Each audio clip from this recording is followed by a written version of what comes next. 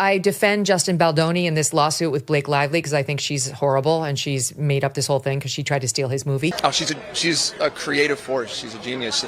She was involved in every aspect of this production, and everything she touched, she made better. Brace yourselves, because the rumors surfacing online are wilder than ever. Did Blake Lively manipulate Justin Baldoni into going along with her version of events? Is Taylor Swift secretly tied to this scandal, pulling strings or defending her? Friend from behind the scenes? And here's the jaw-dropping kicker. Some sources claim Blake might be a narcissist who's using her Hollywood clout to spin the narrative in her favor. Yes, these questions are massive, and the buzz on social media is buzzing with theories, leaks, and insider claims that point to some seriously twisted motives. Stick around, because in this video, we're spilling all the tea on these shocking rumors. If you thought you'd heard it all, think again. Things are about to get unsettlingly close to the truth. So don't even think of clicking away now. Let's dive in. The drama just got even wilder. Blake Lively didn't merely watch things unfold. She dove straight into power play territory, using her superstar ties, Taylor Swift and Ryan Reynolds, to ramp up massive pressure on Justin Baldoni and Sony Pictures. Essentially, she warned them they'd lose her enormous fan base and the sway of her elite circle if they refused her demands. And we're not talking about a modest crowd of followers either. This is millions of dedicated fans, plus the clout of Hollywood's most influential names. But here's the bombshell. Her grand plan crashed spectacularly, and we've uncovered the full scoop on how it all spiraled for Blake. Meanwhile, Justin Baldoni isn't staying silent. He's standing his ground with serious force. The way he's handling this entire storm is set to rattle Hollywood. But here's the burning question. Blake and Justin worked side by side for almost 2 years, so why is the drama exploding now? According to Justin, everything was smooth. Laughter, teamwork, zero conflict. Until they took one brief break. Suddenly, the vibe flipped. Blake Lively returned with a completely different demeanor. Ryan Reynolds unleashed his anger on Justin, and Taylor Swift stared at him like he was the ultimate villain. Even with all that chaos, Justin insists they stayed professional. They spent hours in the editing room, poring over each scene, polishing every minor detail. Blake was fully involved. She wanted to guide the editing. Then, out of nowhere, a single no flipped the entire situation. Here's the jaw-dropper. Justin never actually turned her down. He only asked Blake to wait until he had a solid cut before she offered her feedback. No drama, no outright refusal, just a fair request. Yet somehow, that was all it took to trigger a chain reaction that shattered everything. Before he knows it, he's shut out of his own film. Sony hands the entire project over to Blake, and suddenly, Ryan and Taylor are promoting it like she's been in charge from day one. Meanwhile, Justin, who dedicated 5 years to this endeavor, finds himself being completely overlooked at his own premiere. And don't overlook Colleen Hoover, the author of the original book and the very person who brought Justin on board. They were close. She contributed to the script and even worked with him well after the alleged harassment took place. But the moment Blake's lawsuit hit the public eye, Colleen pulled a complete 180, just like that. This isn't just some Hollywood power play. It's a full-on grab for control, and there's so much more simmering beneath the surface. The ultimate betrayal arrived when Colleen Hoover, once Justin Baldoni's greatest supporter, openly sided, with Blake Lively on Instagram leaving Justin totally blindsided. So what's the real story here? Was this carefully plotted from day one, or did Blake flip the script the instant things stopped going her way? Justin never uttered a negative word about Blake, ever. In every single interview, he raved about her talent, imagination, and how deeply she contributed to the film. He credited her for boosting the project's overall quality, especially in those more intimate scenes, insisting she was integral to his creative vision. So, what was his reward? He suddenly found himself locked out of the very film he poured his heart into, stripped of authority, and practically erased from the massive undertaking he'd nurtured from day one. Adding insult to injury, once Blake took total control of the editing process, she never credited Justin's substantial contributions. No public thank you, no mention, absolutely nothing. Yet behind the scenes, private messages painted a drastically different picture. In those texts, Blake told Justin how much she appreciated working with him, praising his incredible talent and calling their collaboration inspiring. So, what exactly twisted everything around? According to some whispers, the sudden shift is still a baffling secret. So many fans are left wondering how a seemingly perfect partnership could crumble so quickly and without any clear explanation. Just when you thought this uproar couldn't get any wilder, Blake Lively dropped a staggering allegation, accusing Justin Baldoni of crossing the line during their intimate scenes. According to Blake's lawsuit, she based her claims on a specific moment, but at first the public was left in the dark. No proof, no context, just her word against his. That was the case until Justin's legal team released the unedited footage. Suddenly, everything shifted. It turned out Blake wasn't just performing in these intimate scenes. She was calling the shots, giving orders, making pivotal decisions, and even stepping up as a sort of unofficial intimacy coordinator. In her lawsuit, Blake asserted that Justin went off script and kissed her excessively. But here's the catch. Before their break, they had exactly 2 scheduled kissing scenes. No unscripted moments, no big surprises, just 2 carefully planned shots. Then, once filming resumed, Blake arrived with a fresh list of demands and refused to consult with the official intimacy coordinator. Suddenly, her accusations turned sharply in a different direction. Why turn down a meeting that could settle everything? It almost seemed like she was rewriting the whole narrative just to push Justin out. There's another major force at play in this saga: Taylor Swift. While Justin was searching for the perfect actress to portray young Lily, he discovered her and fought hard to land her the role. But guess who made the ultimate decision? Not Justin. It was Blake and Taylor. Even the actress herself confirmed that Taylor Swift provided the final thumbs up. Despite Justin initially finding her, his name was never mentioned in any interviews, almost as if he'd been erased from his own project. Was that really the plan from the start? Because if you think Blake wrapped up her pot stirring, you'd be mistaken. She and Ryan Reynolds have been quietly throwing hints at Justin for months.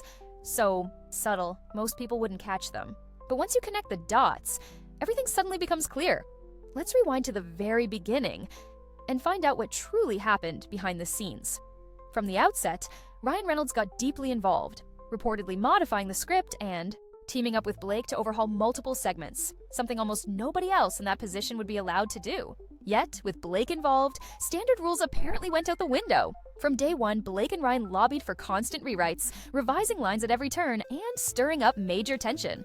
Here's where Blake showcased her cunning strategy. She skillfully won Justin over by flooding him with praise, calling him one of the finest directors she'd ever collaborated with. She claimed other directors had ignored her ideas, never enabling her to participate creatively. Justin, eager to stay fair, granted her the chance she'd been asking for, unaware that this move would spark even bigger problems down the line. Little did he know, this was only the beginning of a larger power struggle. He even let her rewrite a crucial rooftop scene, and she made sure to name-drop Ryan Reynolds and Taylor Swift, cheerfully announcing they loved her version and couldn't wait for Justin's response. Then, she invited Justin over to her penthouse, where Ryan and Taylor hyped her writing, ensuring he felt that endorsing her changes was the smartest move. Later, Justin texted Blake to applaud her creativity, saying he genuinely enjoyed what she'd contributed. He promised he would do his best to work her ideas into the final cut. Then, in one of their messages, Blake compared herself to Cersei from Game of Thrones, a ruthless, power-hungry queen, and hinted she had powerful friends firmly behind her. Blake wasn't merely name-dropping, she was making a bold statement. She compared Ryan Reynolds and Taylor Swift to dragons by her side, ready to annihilate anyone who challenged her. This was no longer just about a movie. Blake was flexing significant power, demonstrating serious influence. She refused to settle for a single script rewrite. She wanted absolute authority. Justin, trying to avoid turmoil, allowed changes day after day, but the rewrites never stopped. Blake was no longer polishing scenes. She was actively questioning each directorial choice he made. Even before filming began, a serious issue surfaced. Allegedly, Justin made a comment about Blake's weight, fueling talk of fat shaming. But here's the real story. Justin only asked a trainer about Blake's weight because he needed to lift her for a scene. With his history of back problems, he just wanted to ensure both of them stayed safe. No insults, no judgment, just a practical concern. That conversation didn't remain private. Blake found out, got upset, and told Ryan. Ryan lost his temper, summoning Justin to the penthouse and accusing him of body-shaming Blake. She then threatened to leave the project unless Justin complied with her demands. If he refused, she'd go public with the fat-shaming allegations. Justin had no way out. Justin apologized, even though he hadn't actually done anything wrong, just to keep the peace. Filming continued, and he publicly praised Blake, doing his best to keep the project afloat. Yet beneath the surface, the damage was already done. Blake's accusations don't quite add up. She claimed Justin harassed her in the first month of shooting, but she stayed in constant contact with him by choice and repeatedly asked to view the daily footage. If she felt genuinely unsafe, why remain so involved? Why ask for ongoing access to footage she supposedly found distressing? Her text messages paint a different story. She complimented the clips, requested more, and even sent casual notes like, "Hey Justin, I'm not trying to bug you, but that playlist you gave me was great. Just checking back about possibly watching the dailies." She also kept mentioning Ryan and Taylor, making sure Justin knew they both loved what they were seeing too. Eventually, Justin set limits, refusing to grant Blake unrestricted access to the dailies. That's when Blake exploded. She ran to Ryan and her legal team, then returned with a lengthy list of demands. These weren't minor edits, but strategic power plays. If Justin didn't agree, she threatened to walk off the project entirely.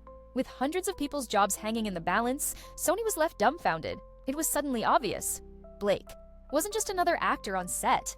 She was quietly running the show. Now, about the leaked footage challenging Blake's harassment claims against Justin. She painted an incendiary picture, accusing him of kissing her neck, sniffing her, and complimenting her scent.